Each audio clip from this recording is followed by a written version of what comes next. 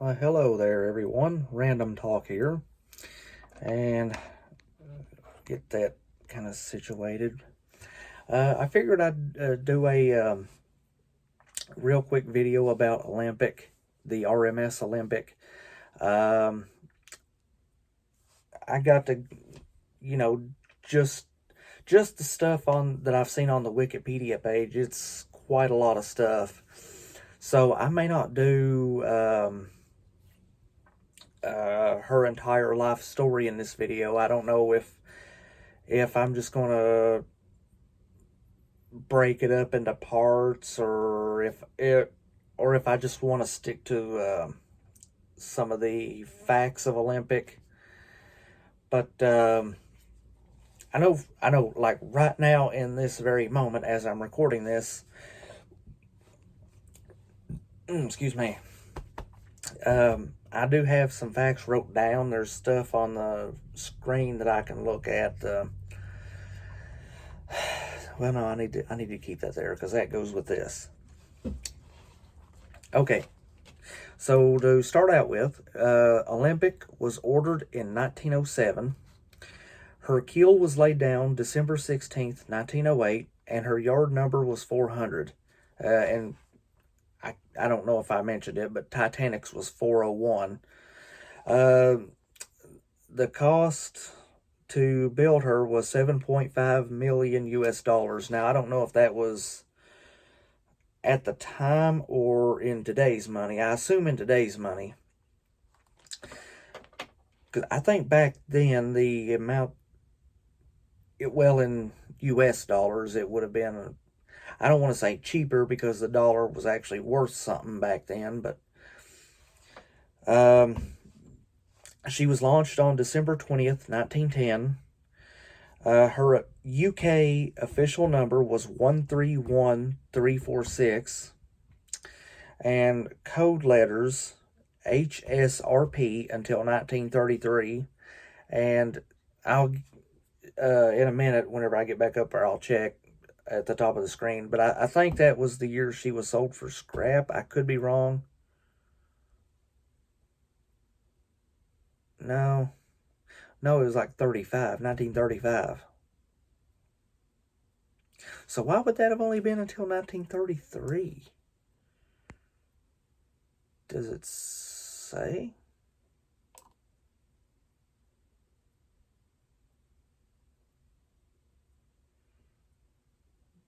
No, but one thing I forgot to write down was that, while yes, what I just said there, it is showing that, it does say that her call sign, GLSQ,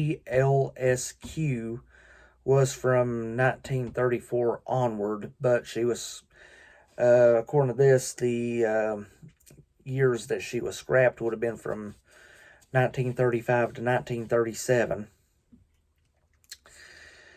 But anyway, let me get back to it here.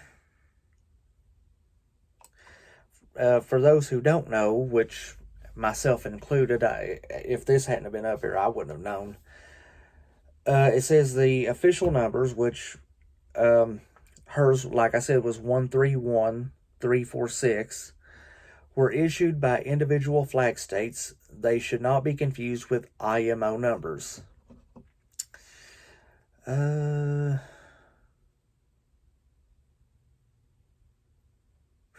Okay, just hovering over that, it mentions IMO being the International Maritime Organization number, which the picture it's showing looks like a newer but much smaller boat that's got the IMO and then the number on the stern. And it also says here that in 1934, new 4-letter call signs superseded code letters and 3-letter call signs, and which I just said Olympic's new one was GLSQ. Originally, her code letters were HSRP. Yeah, looking back, I mentioned that. And her wireless telegraphy call sign was MKC. I think Titanic's was MGY. That sounds right. I could be wrong. Whatever Britannic's was, I don't think I ever. No, I never did look into that. I've never thought to look into that. But let's go back up to the top. This is stuff I didn't write down. Her tonnage, she's got 1, 2, 3. Excuse me. She's got 3 different tonnages. Now, this is her initial tonnage, her after 1913 tonnage, and then her after 1920 tonnage. Okay, so her initial tonnage was 45,324 gross registered tons. After 1913, it would have been 46,358. And then after 1920, it would have been 46,439. Now, she had a displacement of 52,067 tons. Her length, same as Titanic and Britannic, 882 feet. Her beam was 92 feet and 9 inches. Her height, 175 feet. That's from the keel all to the not to the top of the superstructure. That's all the way to the top of the funnels. She had a draught, again, not sure if I'm saying that right, 34 feet and 7 inches. She had 9 decks, 8 for passengers and 1 for crew. Take a quick drink here.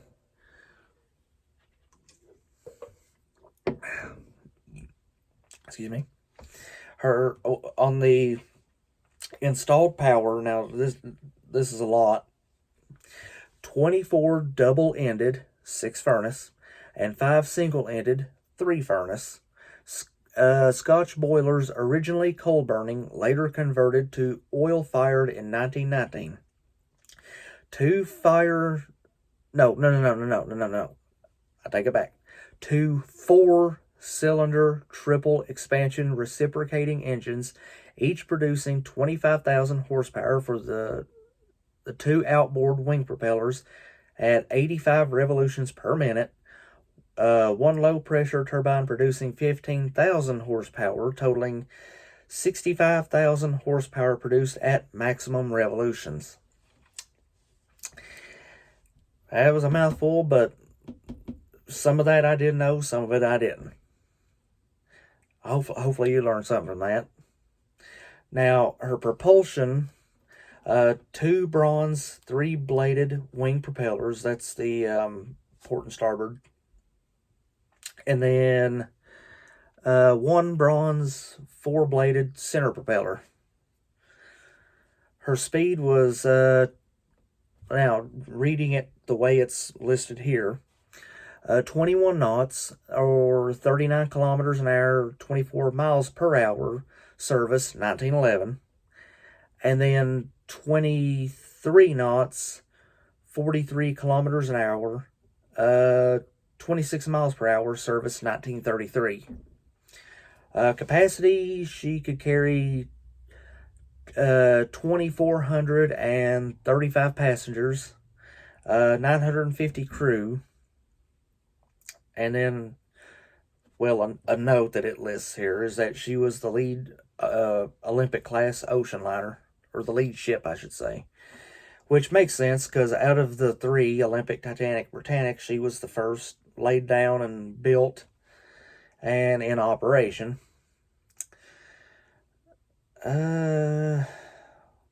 See if I can't find some more quick little facts to throw in here or something. Let's see. Excuse me. Oh, I do know I had seen a... Oh, here it is. It is a picture. Make sure I'm looking at the right one. Yes. This is, let me flip you around. Make sure I can see everything. Now, I don't know how well you can make it out, but that's Olympic, and that's Mauritania. And as you see, maybe you can see right here, laid up in Southampton prior to their scrapping. And it looked to me like they had already started kind of scrapping the Mauritania a little bit. Because if I'm not mistaken, I think everything below the superstructure, which was, I believe was white, like the Olympic class, would have been black. So that looks white, so I don't see any. Well, no, there wouldn't have been any like crosses on her, like as a, or I guess you call them crosses, like how the Britannic had the hospital symbols during the First World War. I don't see that on Mauritania, but this would have been between the First and Second World Wars. I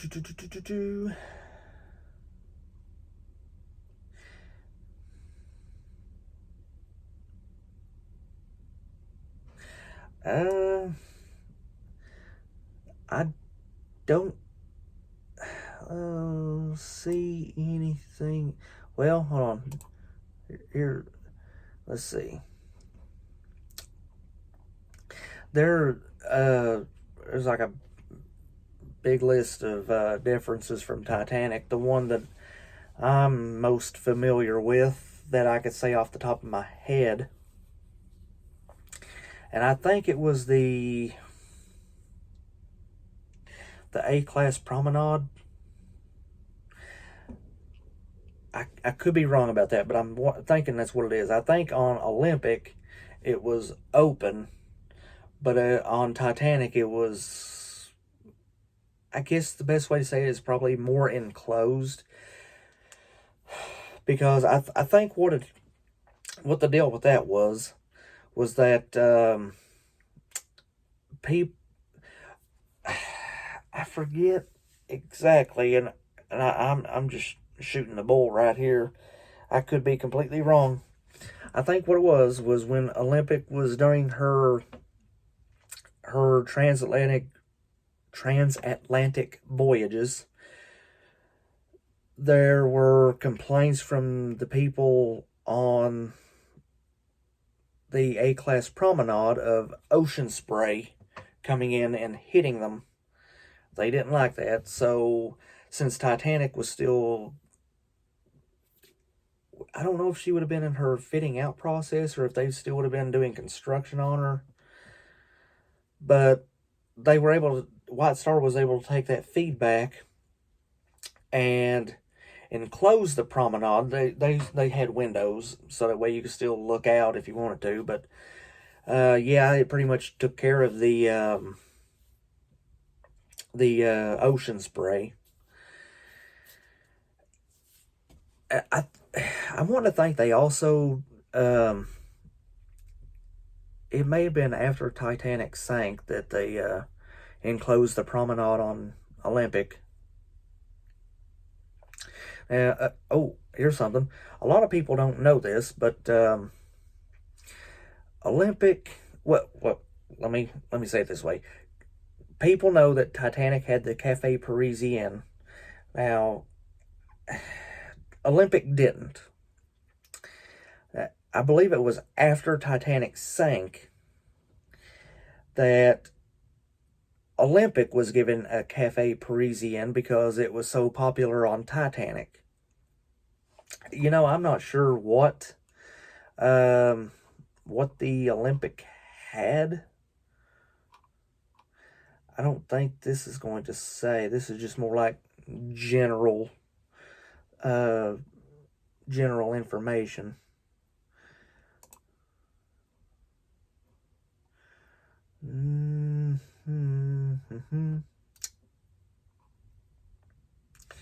No, that ain't saying that. No. However,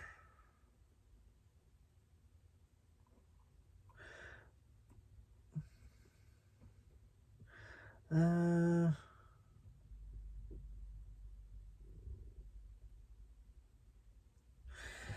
oh, yeah, I couldn't find anything about the Cafe Parisienne on Olympic here. I may have to do further research later into that. But yeah, she had gotten the nickname Old Reliable during World War One. I think. Don't hold me to it. I may be wrong. Um, Actually, you know what? I tell you what. I'll see if I can't Google this real quick. Like, how did Olympic gain the nickname Old Reliable?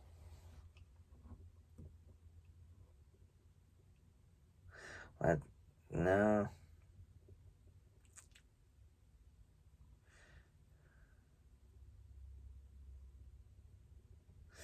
Uh,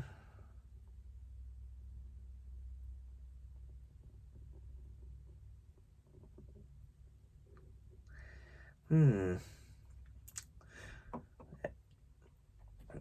A lot of the stuff I'm seeing doesn't seem to actually, like give an immediate answer that I can just quickly read off. Um, I'm wanting to think it's where she had rammed that U-boat and sunk it. I think that's what it was. It was either that. It was either that, or it was either still during the war. I think it was after the war, whenever they had her in dry dock to do a refit. I think that they discovered a huge dent. I think it was in the bow of the ship. And what they had found out was that the ship had been torpedoed, but the torpedo turned out to be a dud. See, none of them knew about it until she was in dry dock.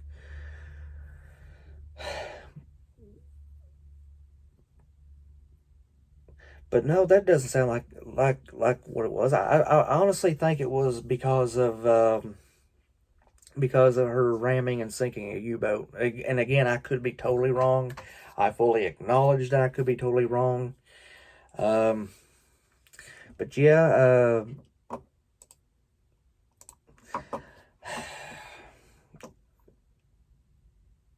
yeah, mm, yeah. I think that's about all I'm going to do for Olympic right now. Uh, I may do another part to Olympic later. Who knows? I may cover more on Titanic. I may cover more on Britannic, HMHS Britannic, not the other two. Excuse me. But yeah, for now, this has been Random Talk, signing out. Have a good night, good rest of your day, wherever you may live, and have a good one.